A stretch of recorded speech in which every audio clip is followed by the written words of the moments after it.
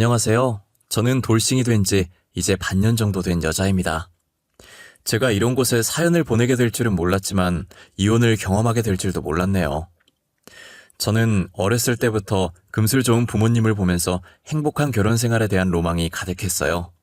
다정하고 나밖에 모르는 남편과 귀여운 자식들까지 집안의 웃음소리로 가득한 결혼 생활 말이에요.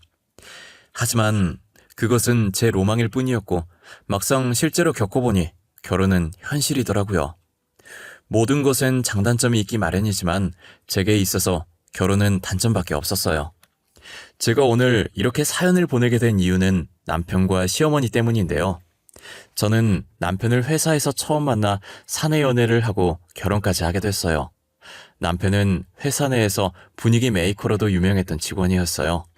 깔끔한 스타일에 웃기기까지 하니 여직원들에게 인기도 굉장히 많았죠. 남편을 좋아하던 여직원들 중에 하나가 바로 저였어요. 남편은 놀 땐 누구보다 잘 놀고 일할 땐 냉철하고 정확한 사람이었어요. 저는 남편의 잘 노는 모습보다도 진지하게 열심히 일하는 모습에 반했었어요. 하지만 인기가 많던 남편이라 저 같은 사람에겐 관심조차 없을 것 같아서 고백도 못 해봤어요. 저보다 잘난 직원들도 남편에게 고백했다가 거절당했다는 얘기를 듣고 더 용기가 안 나는 거예요. 자신감이 바닥까지 떨어진 저는 이대로 남편을 포기해야겠다는 생각을 하고 있었죠. 그러다 중요한 프로젝트를 성공리에 끝마치고 직원들과 다 같이 회식을 하게 됐는데 남편이 많고 많은 자리 중에서 제 옆자리에 앉는 거예요. 여직원들은 부럽다는 듯 저를 쳐다봤고 저는 놀라서 남편을 쳐다봤어요. 남편이 저를 보고 싱긋 웃더니 앉아도 되냐고 묻길래 어리버리한 표정으로 고개를 끄덕였어요. 저는 잠깐 사이에 이게 꿈인지 생시인지 왜 많은 자리 중에 하필 내 옆자리였는지 그 웃음은 또 무슨 의미인지 오만 가지 생각이 다 들었어요. 거기다 술게임에서 제가 걸리면 본인이 흑기사를 자처해서 제 술을 대신 마시는 거예요. 회식하는 내내 저를 헷갈리게 하는 남편의 행동 때문에 계속 복잡한 신경이었어요. 혹시 흑기사 소원으로 자기 일을 나한테 다 떠넘기려고 저러시나 싶었어요. 직원들은 흑기사 소원 오늘 지나면 무효라고 당장 쓰라고 난리도 아니었죠. 남편은 나중에 쓰겠다고 오늘 안에 쓸 거니까 걱정하지 말라고 했어요. 저는 남편이 얼른 소원을 써서 복잡한 머리를 얼른 정리하고 싶은 마음뿐이었어요. 그런데 회식이 끝날 때까지도 남편이 저한테 소원을 안 쓰고 있는 거예요. 혹시나 소원을 까먹은 게 아닐까 하는 마음에 살짝 들떴었어요. 하지만 남편은 소원권이 2개 있다는 걸 까먹지 않았고 식당에서 나와서 소원을 쓰더라고요. 지영씨, 저 소원권 2개 있는 거 알죠? 저 지금 하나 씁니다. 지금 너무 어둡고 위험하니까 제가 집까지 바래다 드릴 수 있게 해주세요. 그게 제 소원이에요. 고작 그게 대리님 소원이라고요? 저는 상관없는데 대리님 집은 반대 방향이잖아요. 저야 대리님이랑 가면 안 무섭고 든든하죠. 소원이라면 그렇게 해요. 나머지 하나는 뭔데요? 남은 건 가면서 차차 말씀드릴게요. 저 12시 전엔 무조건 쓸 거예요. 오늘 아니면 절대 못 말할 것 같은 소원이라서요. 남편은 안전하게 저를 집 앞까지 데려다줬고 가는 내내 정말 영양가 없는 얘기만 오갔던 것 같아요. 온통 제 신경이 남편한테 가 있어서 모든 말이 영양가 없는 말들로 들렸을 수도 있겠지만요. 남편은 제 집에 도착할 때까지 남은 소원권 하나를 쓰지 않고 있는 거예요. 저는 소원권 유효기간이 얼마나 남았나 보려고 시간을 봤더니 11시 58분이더라고요. 2분만 버티면 소원권 효력이 없어지니 2분만 더 버텨보자 라는 생각을 하고 있었는데 정확히 59분이 되자 남편이 소원권을 쓰겠다고 하는 거예요. 저 소원권 하나 남은 거 알죠? 지금 59분이니까 12시 되기 전에 빠르게 말할게요. 저 지영씨 좋아해요. 제 남은 소원권은 지영씨랑 내일 데이트하는 걸로 쓰고 싶어요. 뭐라고요? 대리님 지금 뭐라고 그러셨어요? 저를 좋아하신다고요? 대리님이 저를요? 아니 왜요? 왜 저를 좋아하시는 건데요? 왜요? 혹시 제가 지영씨를 좋아하면 안 되는 이유라도 있는 건가요? 아니면 제가 싫어서 그런 거예요? 싫으시면 이 얘긴 못 들은 걸로 해주세요. 아니요, 좋아요. 저도 대리님 좋아해요. 그러니까 그 소원권 쓰세요. 저희 내일 데이트해요. 가고 싶은 곳 있으시면 문자로 남겨주시고 데려다 주셔서 감사합니다. 저는 갑작스러운 남편의 고백에 당황했고 제 반응으로 남편이 이상한 오해할까봐 횡설수설 좋아한다고 말해버리곤 너무 민망해서 급하게 인사한 뒤 집으로 들어가 버렸어요. 빠르게 방으로 들어와 침대 위에 누우니 심장이 미친 듯이 뛰기 시작하면서 머리가 멍해지더라고요. 방금 제가 들은 그 고백이 꿈은 아닐까 싶은 마음에 볼도 꼬집어 보고 허벅지도 쳐보고 난리였어요. 아픈 게 느껴지는 걸 보니 꿈이 아니라면서 베개를 주먹으로 치고 있는데 문자 알림음이 울리더라고요. 문자의 주인공은 당연히 남편이었고 약속 장소와 함께 제게 귀여운 면이 있는지 몰랐다고 회식하느라 피곤했을 텐데 잘 자고 내일 보자는 말이 덧붙여 있었어요. 저는 뭐라고 답을 보낼까 손가락을 왔다 갔다 하고 글을 썼다 지웠다 반복하다가 결국엔 몇 줄 적었던 거 다 지우고 잘 자라는 말만 보냈어요. 연애가 처음도 아닌데 첫사랑을 시작한 것처럼 수줍고 떨리더라고요. 다음날 회사에 가서도 괜히 신경 쓰이고 남들에게 들킬까 조마조마했죠. 하지만 남편은 아무렇지도 않은지 평소와 똑같이 열심히 일을 하고 있더라고요. 저는 그날 데이트 시간만 기다리느라 일을 어떻게 했는지 기억도 안 나요. 남편은 데이트를 하면서 제게 제대로 다시 고백을 했고 저는 그 고백을 받아주었어요. 회사에 있을 땐 몰랐는데 밖에서 이렇게 따로 보니 또 다른 매력이 있더라고요. 되게 다정하고 세심하게 저를 챙기는 모습에 더 반하게 되었어요. 늘 제 기분부터 생각해주고 뭘 하든 제 의견을 엄청 중요시 여겨주었어요. 사랑을 받는다는 게 어떤 기분인지 알게 해준 사람이 바로 남편이었죠. 남편이라면 제가 그동안 꿈꿔왔던 결혼 로망을 실현시켜줄 수 있을 것만 같았어요. 그렇게 연애한 지 1년이 지났을 때 남편의 청혼을 받아들였고 저희는 결혼을 하게 되었어요.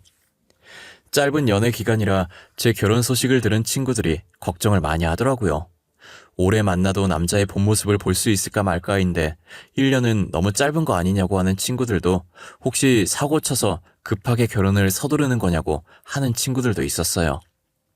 연애 기간은 짧았어도 알고 지낸 지는 3년이라고 친구들 만날 때마다 해명하기 바빴던 것 같아요. 저는 이 결혼에 후회하지 않을 자신이 있었고 누구보다 잘 살 자신이 있었어요.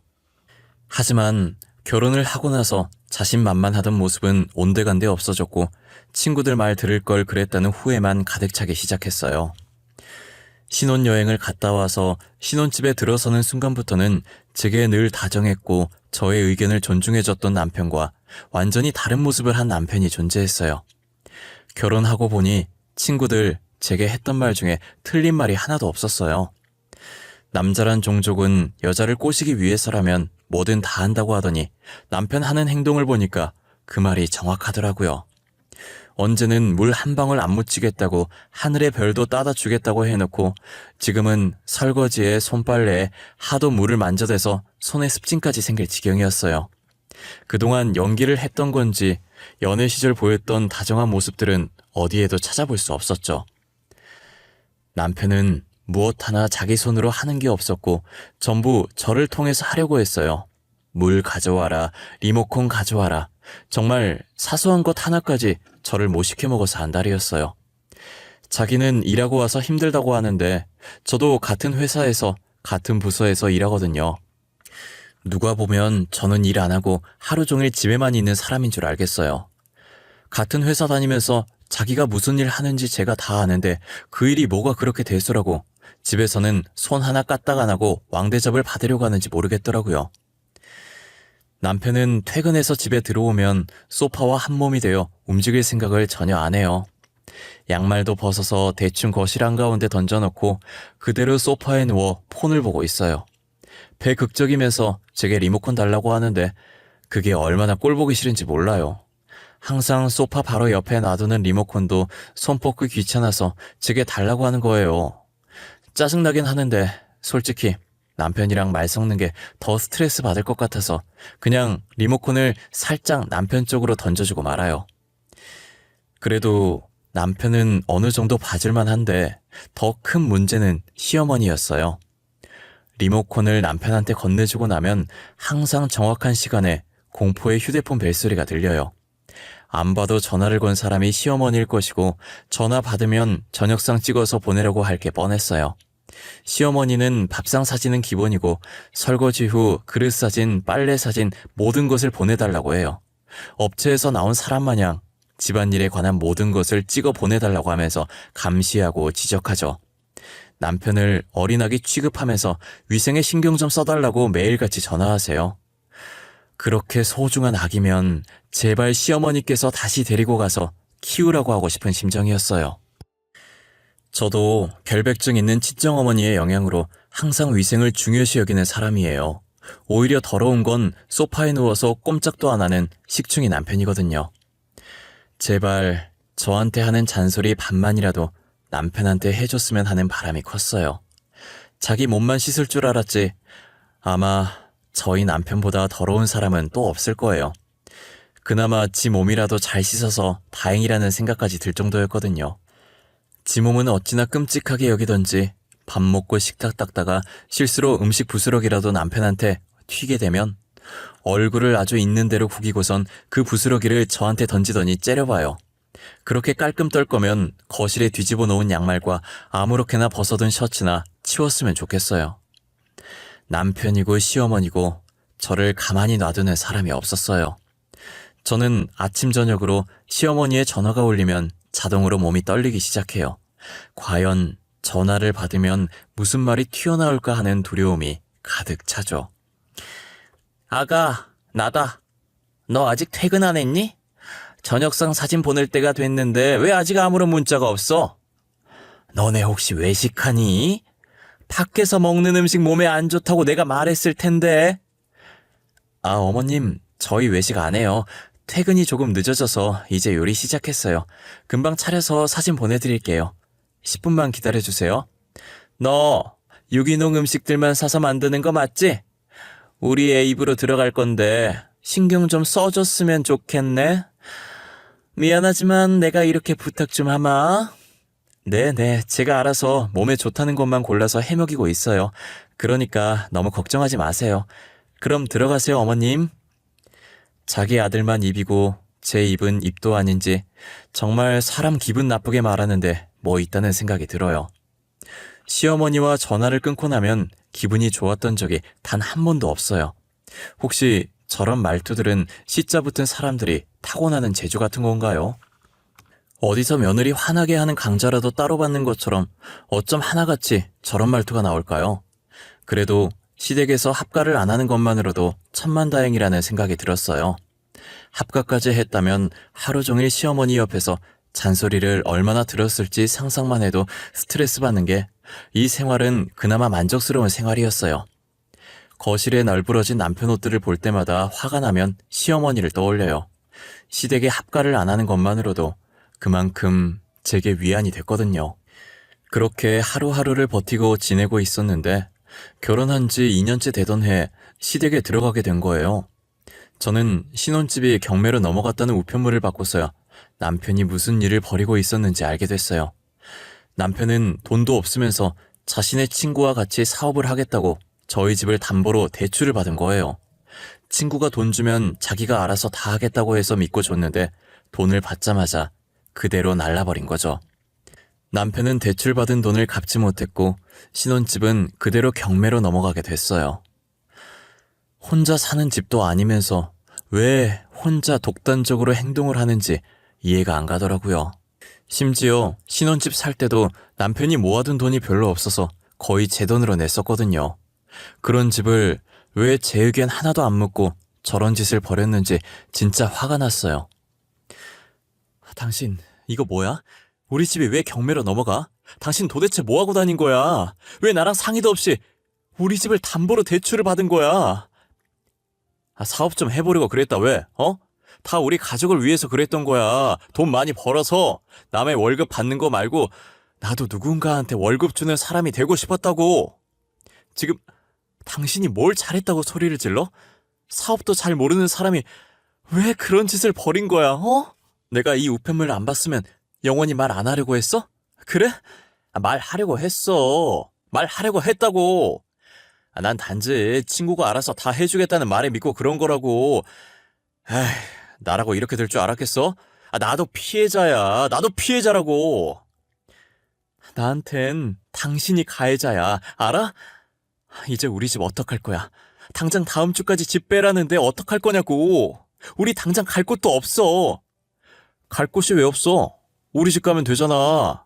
우리 엄마가 받아줄 거야. 엄마한테는 내가 말할게. 우리 잠깐만 본가 들어가 있자, 어? 이런 사연으로 지옥 같은 저의 시댁살이가 시작됐고 남편은 웃고 저는 울었어요. 별다른 방법이 없으니 정말 울며 겨자 먹기로 시댁에 들어가게 됐어요. 제가 시댁에 가서 좀 놀랐던 게 이제껏 시아버지께서 안 계신 줄 알았어요. 상견례 때나 결혼식 때도 못 봤고 따로 시아버지 언급이 없어서 돌아가셨거나 이혼하신 줄만 알았어요. 그런데 아무런 언급이 없던 시아버지께서 떡하니 시댁에 계시더라고요. 다만 몸이 불편하신 건지 안방에서 계속 누워 계시기만 했어요. 알고 보니 시아버지께서 예전에 사고를 크게 당하셔서 한동안 의식이 없으셨는데 다행히 오랜 시간 뒤에 의식을 겨우 차리셨고 안타깝게 식물인간 상태가 되었다고 하더라고요. 병원에서 계속 모시다가 얼마 전에 집에서 간병하기 시작했다고 들었어요. 간병하시는 분이 따로 있나 했는데 시어머니께서 직접 시아버지를 간병하시더라고요. 시어머니 성격으로 봐서 아픈 시아버지를 제대로 안 보살피고 못살게 괴롭힐 것 같았어요. 하지만 제 생각을 완전히 뒤엎고 시아버지를 엄청 정성스럽게 보살피시더라고요. 계속 누워있으면 욕창 걸리기 십상이라 조그만 몸과 가녀린 팔로 익숙한 듯 시아버지를 요리조리 돌려가면서 욕창에 걸리지 않게 관리를 하셨어요. 그리고 수시로 물수건을 들고 와 시아버지 몸 구석구석 꼼꼼히 닦아주셨죠. 시어머니 혼자서는 힘들어 보여서 제가 도와드리겠다고 했지만 거절하시더라고요. 이제껏 몇 년간 혼자 잘해왔다고, 그리고 계속 자신이 하다가 다른 사람이 하면 익숙했던 손길이 아니라서 시아버지께서 불편해할 것이라면서요. 저는 시어머니를 다시 보게 됐고 그동안 미웠었지만 이런 면에서는 조금 존경하게 됐어요. 하지만 그건 그거고 시댁살이는 어마무시하더라고요. 집에 환자까지 있으니 집안일 가지고 잔소리를 평소보다 배로 하셨어요. 시아버지를 보니 저도 시어머니가 왜 이렇게까지 하는지 이해가 가긴 했어요. 그치만 모든 일들이 제 몫이 된 게 불만이었어요. 지금이 조선시대도 아니고 저는 여전히 손빨래를 해야 했고 청소도 청소기가 아닌 제가 직접 빗자루와 쓰레받기로 청소해요. 아마 요즘 시대에 저처럼 기계의 도움 없이 모든 것을 직접 하는 집은 또 없을 거예요. 거기다 남편은 시어머니 믿고 그러는 건지 합가를 한 뒤로 더 자기 마음대로 살기 시작했어요. 친구 만나서 늦게 오는 건 기본이었고 이젠 외박도 잦아졌어요. 술 먹고 늦게 들어오는 날이면 자고 있는 저를 깨워 라면 끓여달라는 둥, 밥 차려달라는 둥 괴롭혔죠. 알아서 끓여 먹으라고 했더니 쿵쾅거리면서 거실로 나가서는 라면을 봉지째로 들고 와 제 면전에 던지면서 끓이라고 발악을 하더라고요. 제가 반응을 안 하면 자기 무시하냐고 화장대에 있는 물건들을 바닥에 집어던지곤 했어요. 한번 해주는 버릇이 들면 계속 해줘야 해서 저는 끝까지 끓여주지 않고 버텼어요. 그랬더니 갑자기 제 머리채를 잡고 흔드는데 그래도 분이 안 풀리는지 그대로 제 머리채를 잡아올려 누워있던 저를 일으키는 거예요. 제가 놓으라고 소리 지르자 시끄럽다며 뺨을 내리치더라고요. 이런 대우를 받으면서까지 살아야 하나 싶어서 있는 힘껏 남편을 밀었고 저는 방 안에 있던 모든 물건을 바닥에 던졌어요. 그리고 침대 위에 있던 라면을 똑같이 남편 면전에 던지고 거실도 개판으로 만들고 친정으로 도망왔어요. 부모님이 걱정할까봐 아무 말도 못하고 날이 밝는 대로 이혼을 하겠다는 마음을 먹었어요. 이왕 이혼하기로 마음먹은 거 남편에게 하고 싶었던 얘기를 문자로 싹 다 했어요. 남편의 행실과 시어머니의 시집살이 때문에 이혼하겠다고요. 다음날 제가 간만에 단잠을 자고 있었는데 남편이 친정으로 찾아와서 용서를 빌더라고요. 자존심도 센 사람이 무릎까지 꿇고 그러고 있으니 마음이 약해져서 다시 집으로 돌아갔어요. 남편은 집에 와서도 계속 미안하다고 했고 시어머니도 옆에서 미안하다고 했죠. 여보, 그동안 내가 잘못했어. 나 당신 그렇게 나가고 진짜 반성 많이 했어. 그러니까 이혼하자고는 하지 마. 당신 없으면 못 산단 말이야. 아가, 나도 미안했다. 나는 너네 시아버지 챙기느라 아들내미 챙길 시간이 없어서 괜히 미안한 마음에 그랬으면 안 됐는데 너한테 나 대신 엄마 노릇을 시키고 유난 떤 것 같아. 아니에요, 어머님. 저도 잘한 거 없는데요. 집안 다 어질러 놓고 친정으로 도망간 게 며느리로서 잘한 일은 아니죠. 정말 죄송합니다. 저는 진심으로 사과하는 시어머니와 남편의 모습에 용서를 해주기로 했어요. 그리고 남편에게 집안일을 도와주겠다는 약속을 받아냈어요. 하지만 인간은 쉽게 변하지 않는다는 어른들의 말이 있잖아요. 인간이 변하면 그건 죽을 때가 다 된 거라는 말처럼 남편은 살 날이 한참 남아서 그런지 저와 약속한 지 얼마 지나지 않아서 다시 본성을 드러내기 시작했어요. 시어머니께서는 정말 반성을 하신 건지 더 이상 제게 잔소리를 하지 않으셨어요. 남편은 딱 3일 잘해주더니 다시 본래의 모습으로 돌아가 술 먹고 매박하고 행패를 부리더라고요. 시어머니께서 남편을 한심하게 보고 한 소리 하지만 통하지 않았어요. 저도 이제 오기가 생겨서 내 손으로 이 인간을 고쳐보자는 생각이 들었어요. 남편과 똑같이 매일같이 친구와 약속을 잡고 늦게 오고 외박을 했어요. 시어머니께는 제가 일부러 이러시는 걸 알고 계셔서 늦게 오거나 외박해도 별 말씀 하지 않으셨어요.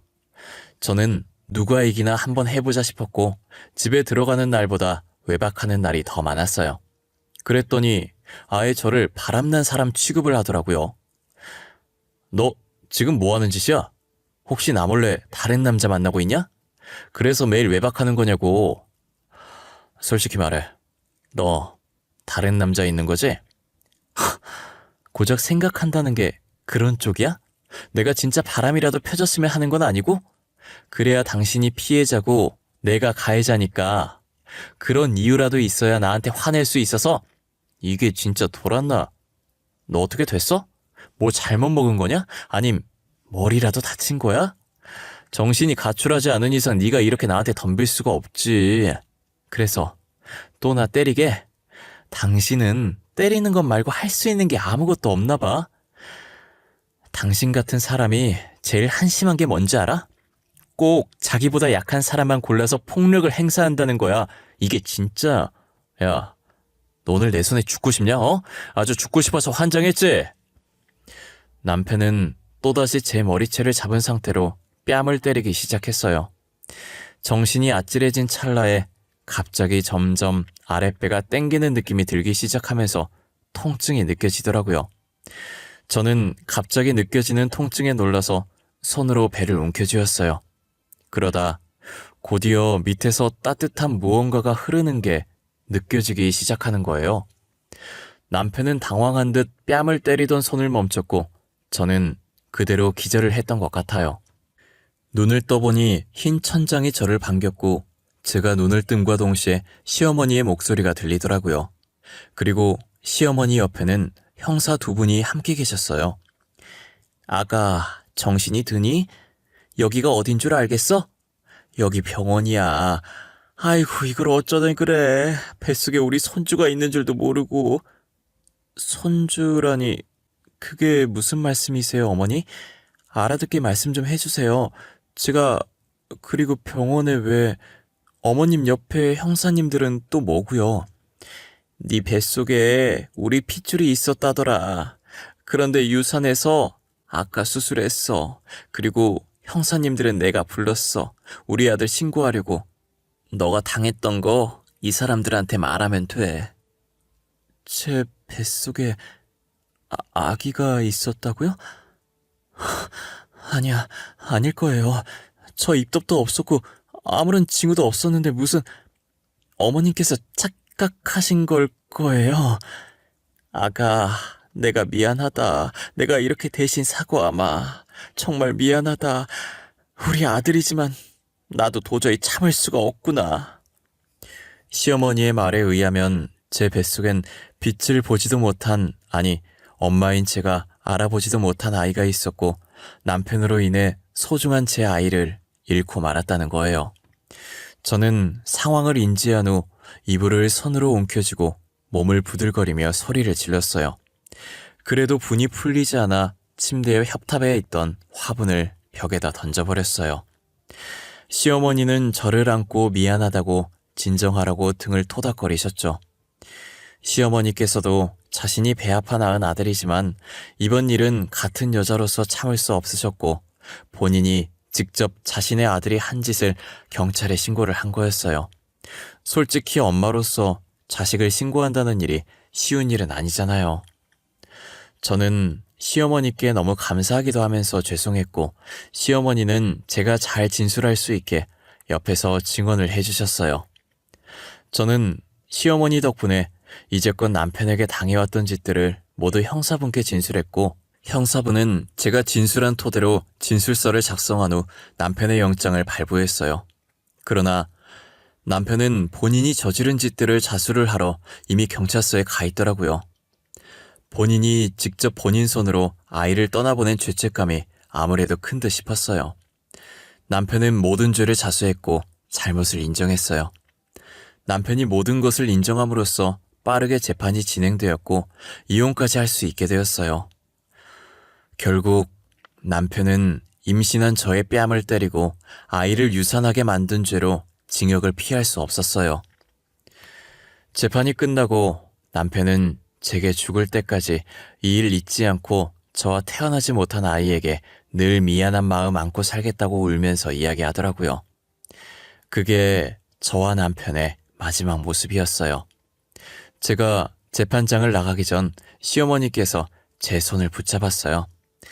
아가, 그동안 우리가 했던 일들은 다 잊고 새 출발하렴. 우리는 절대 잊지 않으마. 항상 사죄하는 마음으로 살 테니 너는 꼭 행복해져야 한다.